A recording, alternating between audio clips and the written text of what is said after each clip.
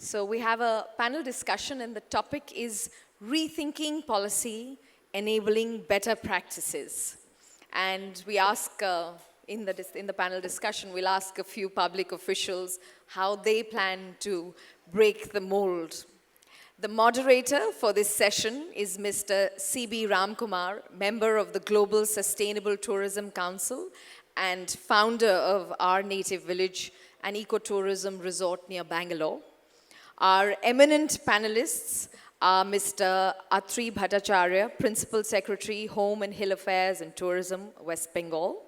Mr. Rupesh Kumar, Coordinator of Kerala's Responsible Tourism Mission. We've got Mr. Soman S. Pathy, Liaison and Nodal Officer, Gujrat Tourism. And Ms. Meenakshi Sharma, Additional Director General for Ministry of Tourism. Ladies and gentlemen, I'd like your support in welcoming our moderator and our panelists on stage. May I please invite you all to please join us.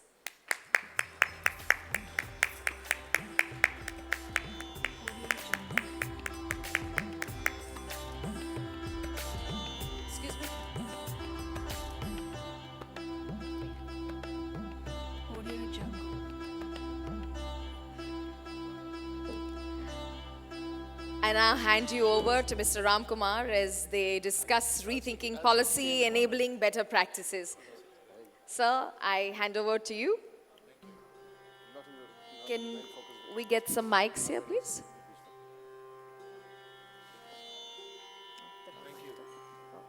Thank you.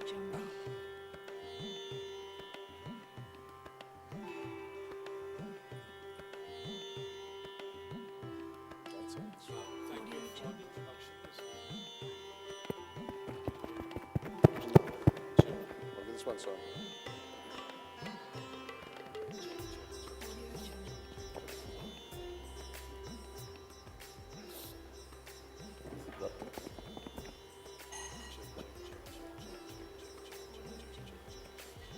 I think we have a problem. Okay.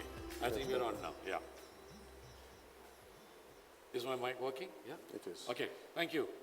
Welcome to the panelists. Like it was said in the introduction, we have a very eminent panel here.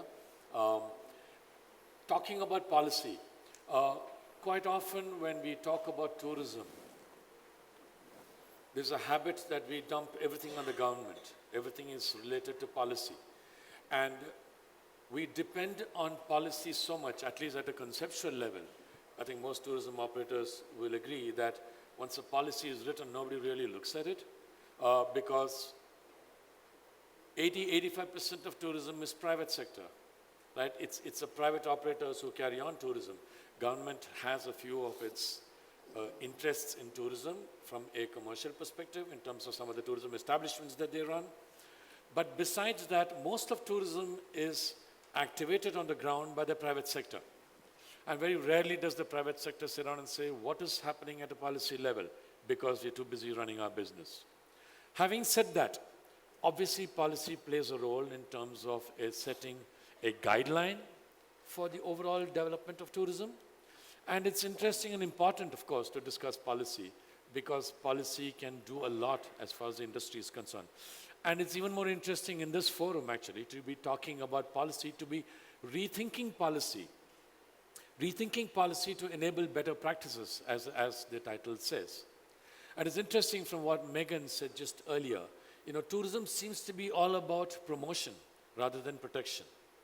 Tourism seems to be consuming resources which are disproportionate to the value it adds back to the economies of countries.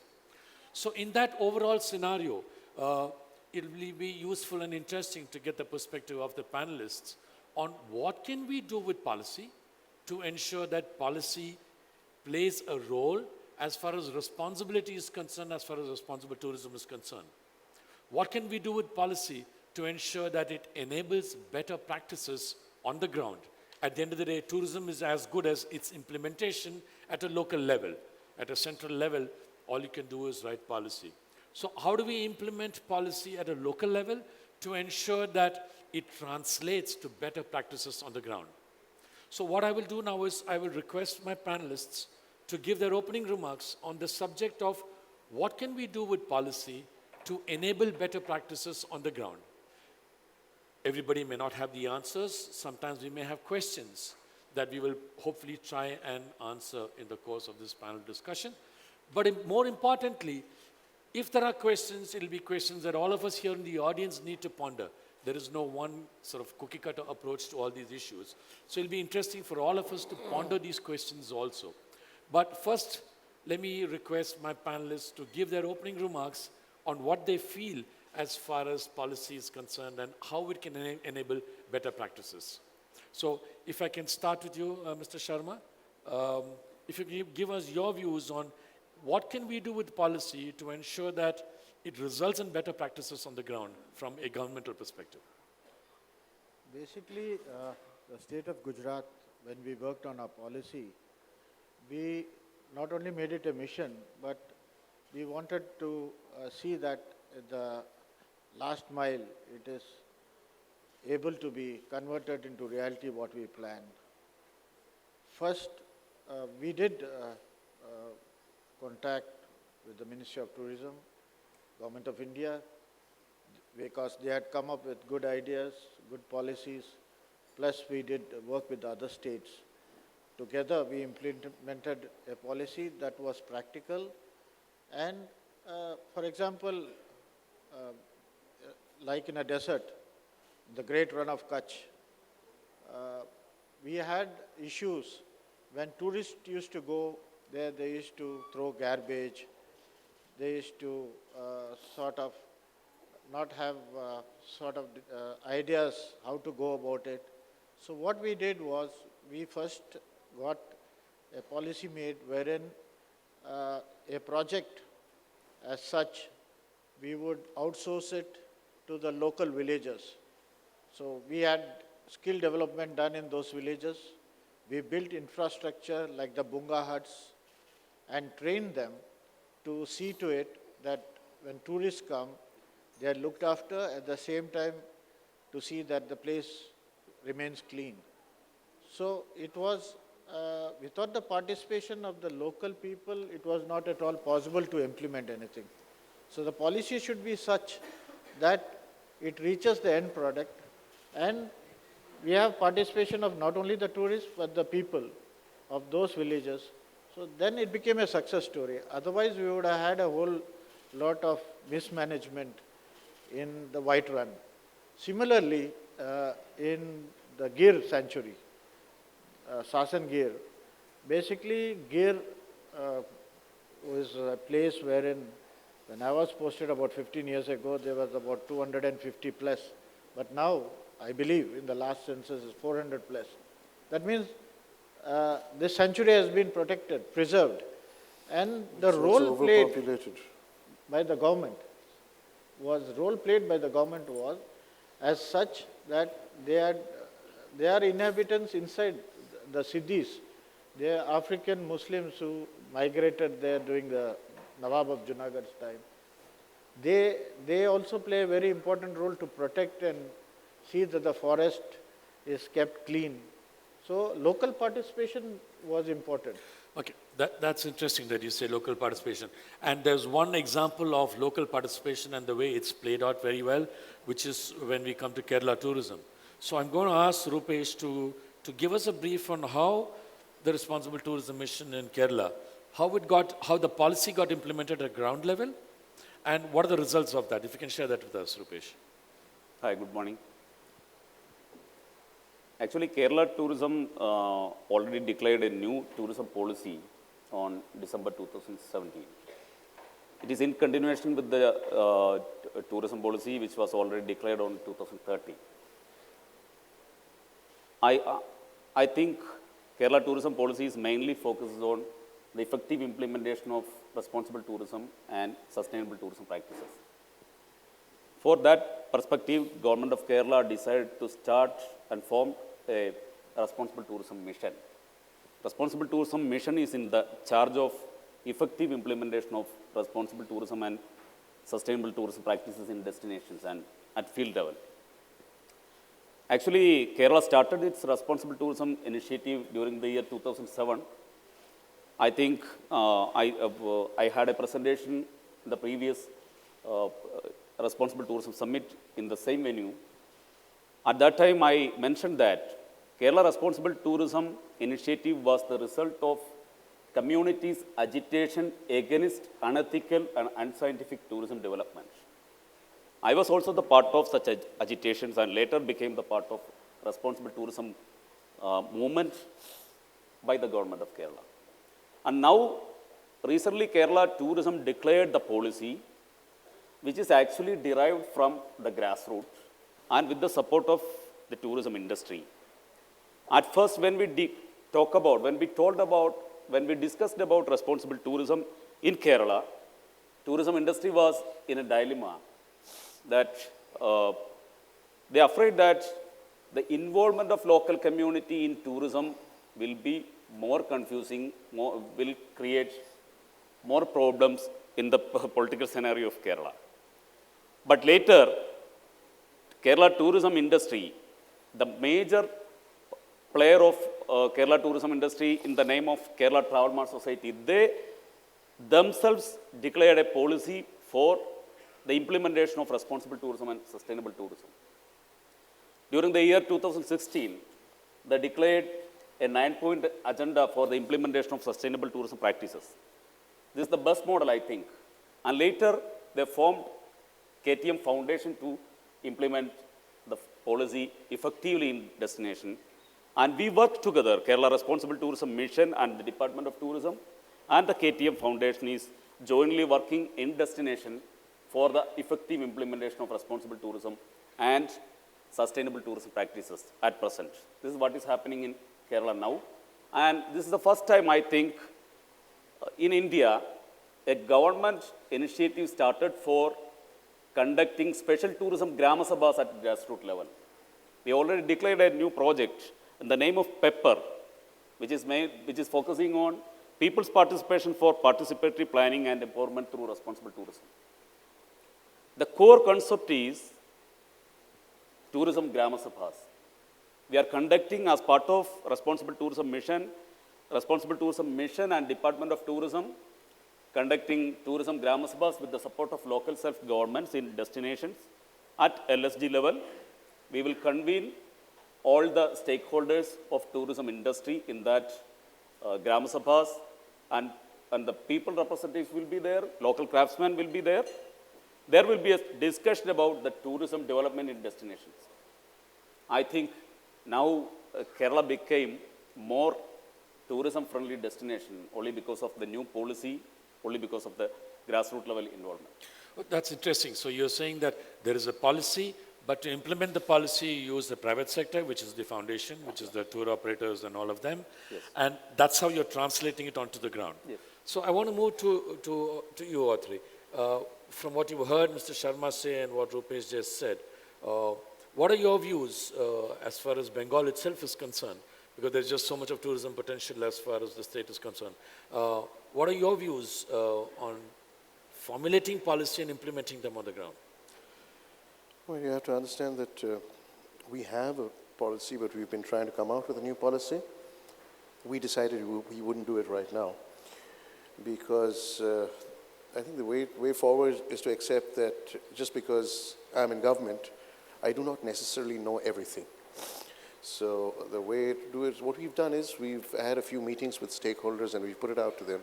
And we're getting some feedback, what Rupesh said about grassroots stuff. So we are talking to the industry about what is possible and what is profitable, because the discussion I was having with Megan last night, when you see, to make responsible tourism work, you've got to have the stakeholders understand that it's good for them. Until they internalize that message, you cannot impose it. Just restrictions, sanctions are not going to work. You'll still end up with, potato wafer packets and plastic bottles all over the place. So I think the basic question we have to address, and that's why I came here to learn, is, I was saying yesterday, ¿Dónde está el dinero? Where is the money? If we can, so our motto is growth through quality, profit through quality. And the reason our policy is going slow is that we want to make sure we have all the stakeholders on board. To begin with, our emphasis is on small initiatives instead of huge tourism projects, keep it small, eco stays, farm stays, home stays, jungle treks, the kind of stuff where you do not necessarily have 5,000 people coming into one property through the year. That's a lot of wear and tear. So keep it small, but make more of them, go for the volumes. And having talked to people over the last few, I've only been in tourism only worked in tourism for about 10 months now. So I'm still comparatively new, but I have been a tourist for some 40 years. So I have that perspective to bring to it. And if you can, it works both ways. The people who are running the facilities have to understand that you get more custom, you get more business in the modern world if you prove that you are sustainable. I'm a little cynical about things like organic and so on. It's not always true. But on balance, the more you care for the environment, the longer your facility is going to earn, the longer your facility is going to stay alive. So that is the message we have to get across, and we would try to do it. So in the government has about 42 properties, and it's not easy, they're all across the state. So to start with, what we're doing is we are making those properties kind of pilot projects where you can see that this is the way it is. These are some basic rules that we're trying. So we're going to have solar energy, water harvesting, better waste management systems, bring down noise pollution as well, which is very difficult when people want to have fun. There's a natural tendency, and those of you who live in Delhi will totally agree with me that if you want to have fun, it's got to be very loud. So we've got to work around that. All of this, and it's pretty terrible in an urban environment. Think of what it does when you are on the edge of a forest. So these are the messages that we have to get through. If you make a noise, you won't have your guests won't have any wildlife to see. They'll be 20 miles away. So I would say that the first priority is not policy. The policy will evolve from what the industry wants. The first priority is communication and education, motivation. This is an exercise we've started, and we hope to take it forward.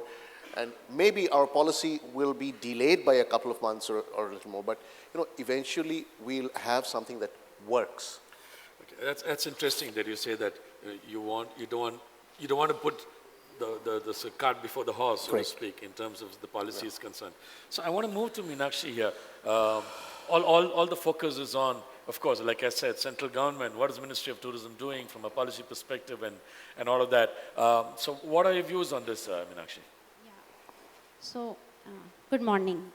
So, one of the most interesting subjects and something which I think is engaging all of us. And when I say all of us, we mean whether we are the tourist or we are the tourist service provider, whether we are the tourism policy makers at the state government level, or in my position when we are looking at the policy from the government of India.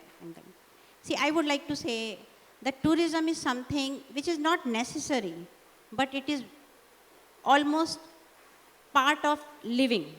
So when we see it's something, kind of a luxury for a tourist, but it should not become a burden to the place where the tourist goes. So here I agree completely with the Megan that tourism is very important, but it should not be a burden. We are coming up with a new policy, and I think there is a lot of emphasis on looking at the policy what for the tourism should be. It is one sector which is completely unregulated, if I can say so. And it should remain unregulated because it's an industry of pleasure. It's an industry which is completely led by the private sector, and it is absolutely necessary. I just said it not necessary, it's also necessary for the well-being of the people who would like to travel, like to explore. After saying that, our tourism policy, which we are in formulation, which we have done with an interaction with the state governments and all the industry, and I think my tourism ministry is one ministry which meets the stakeholders maybe too much. Sometimes the industry stakeholders say that we are invited too many times. It has to have the three partners.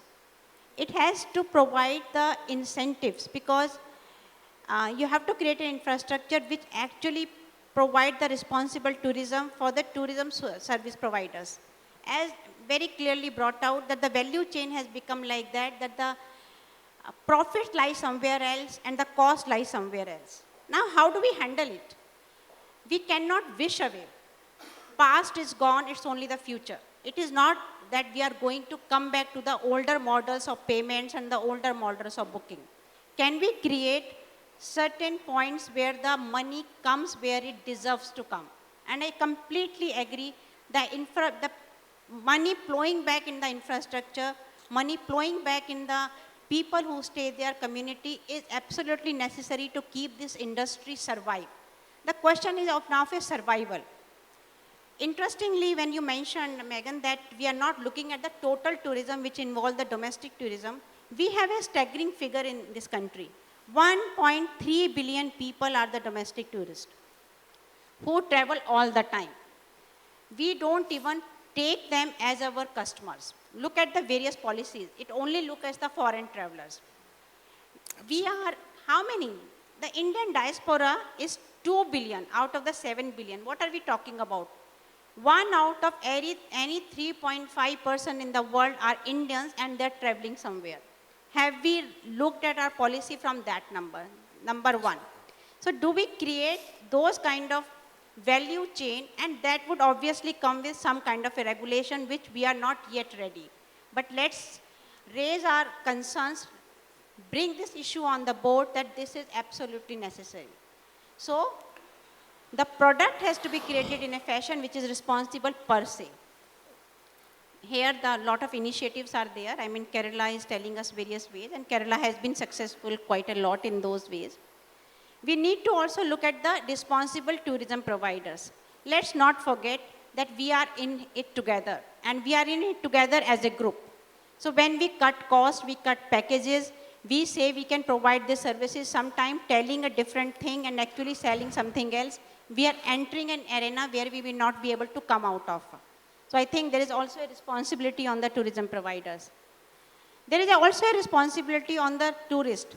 But I think, in my opinion, it comes the last. Whereas normally we keep saying that putting the responsibility on the tourist.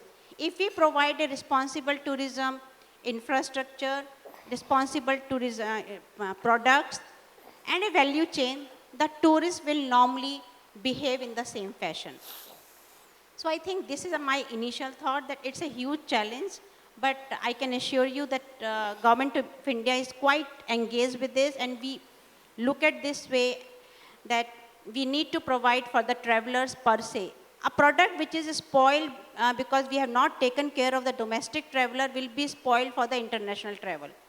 If we want to go to Taj Mahal and the queues are long, they're long for both. Or if we are not able to enjoy it, none of them are able to enjoy it. So I think our policies have to meet in a holistic fashion, bringing everybody together. So I think we need to work with, all of us need to work together and kind of take it as a major initiative. I'm very happy that Outlook is doing it, at least bringing it on the top of the envelope. So let's talk about it, yeah. So it's interesting that you mentioned the Taj Mahal. You know, until now Taj Mahal was completely unregulated, and suddenly we said, oh my God, there are too many people going to Taj Mahal. And we sort of closed the gates and we said, okay, now we've got to restrict, we need to restrict the number of people who go to Taj Mahal. Now, what is it that the Ministry of Tourism is, thinking about from a policy framework to ensure that we don't over-exploit tourism destinations? Yeah. And how do we implement that? It's how do you implement that policy? What is it that you all have in your minds? So to answer that, we need to have more destinations. We have a lot of destinations, but surprisingly, lot of travelers only go to the few destinations. Either there is not even a fairness. We are not telling them, okay, this is one destination, let me not repeat the same name of the destination. but just for your information, I think it's a common knowledge among the industry that most of the foreign travelers, they only, 65% of the international travelers, they only visit 6 ASI monuments. I've been told by the industry only, not my data. I'm only quoting the data which I have received from the industry. I mean, we have some 3,000 monuments, out of which I can say 120 monuments are equally deserving to be explored. Why people only go to 6 of them?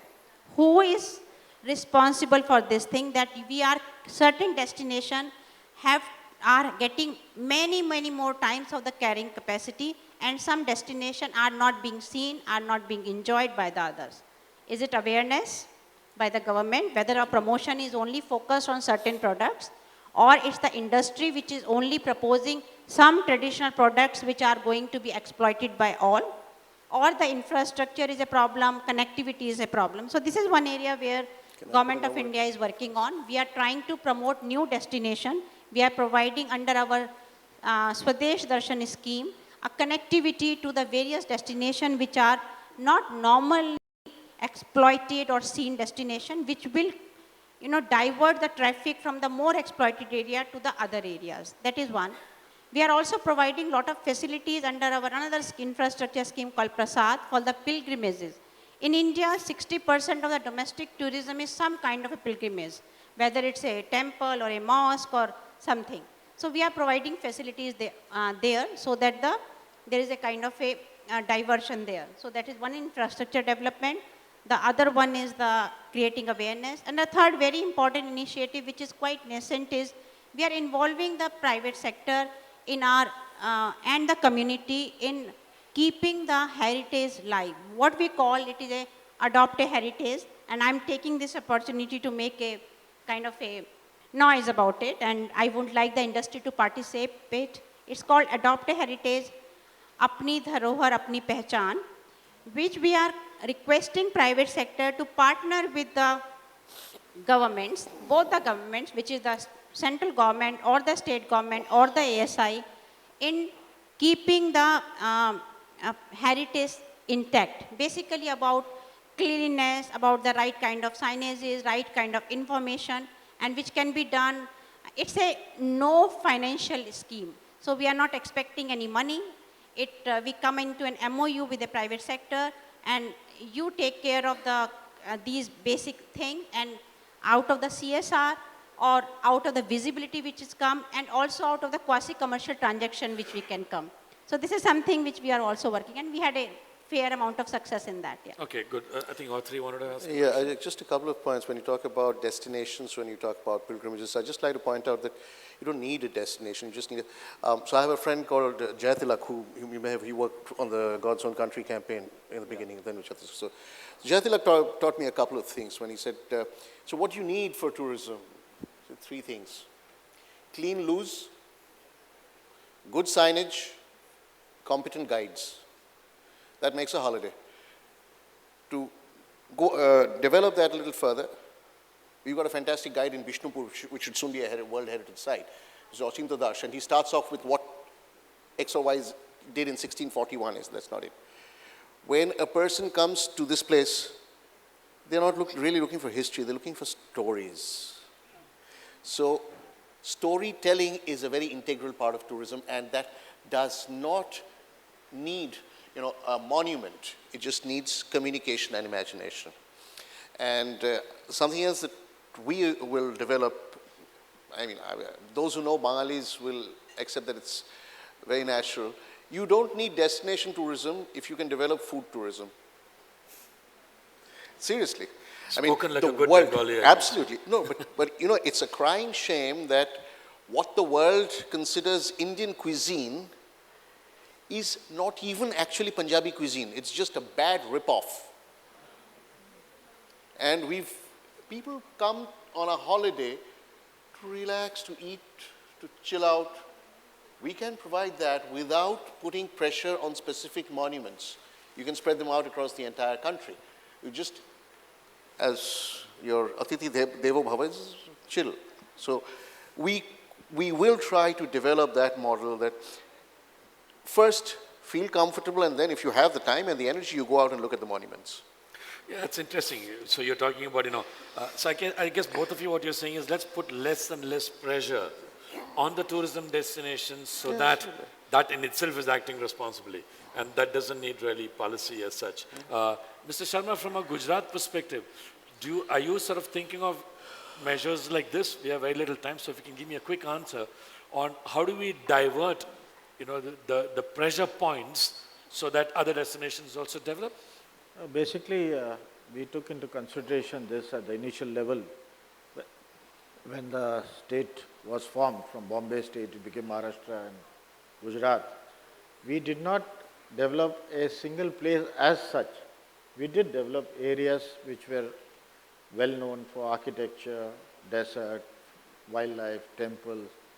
We only saw that proper infrastructure and proper training is given. And we did not develop just certain sectors only. We spread it out. So is our industry also.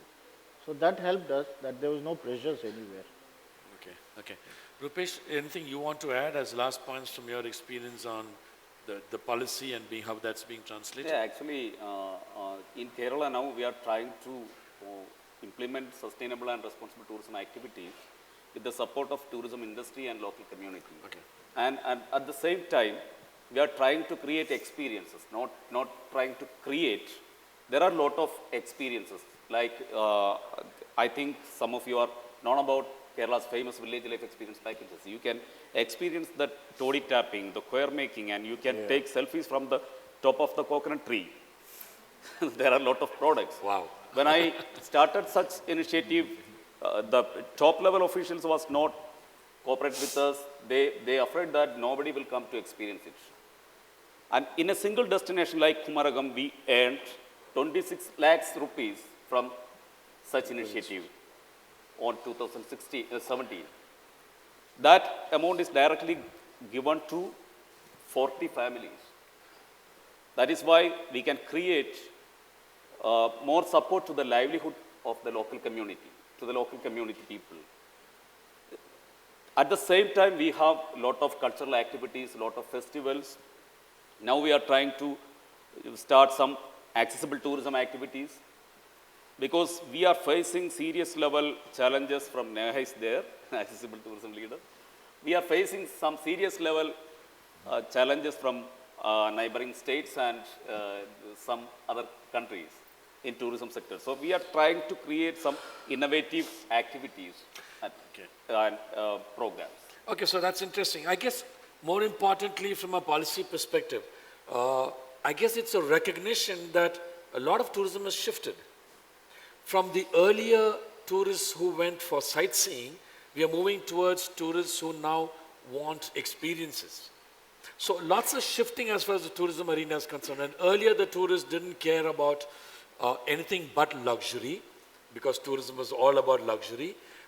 It's moving from there to an entire more responsible, aware consumer. So this shift is something I guess that policy needs to, or governments need to recognize and perhaps start to sort of look at policy from that perspective. And this shift, if it's ignored, like people like Megan says, we're going to ignore it at our own peril. I think time is run up, and I don't think we have time for questions. Am I right? I think people are nodding, saying no time for questions. So, thank you very much to the panelists for having shared their views, and thank you, audience, for being as patient as you've been. Thank you. Thank you.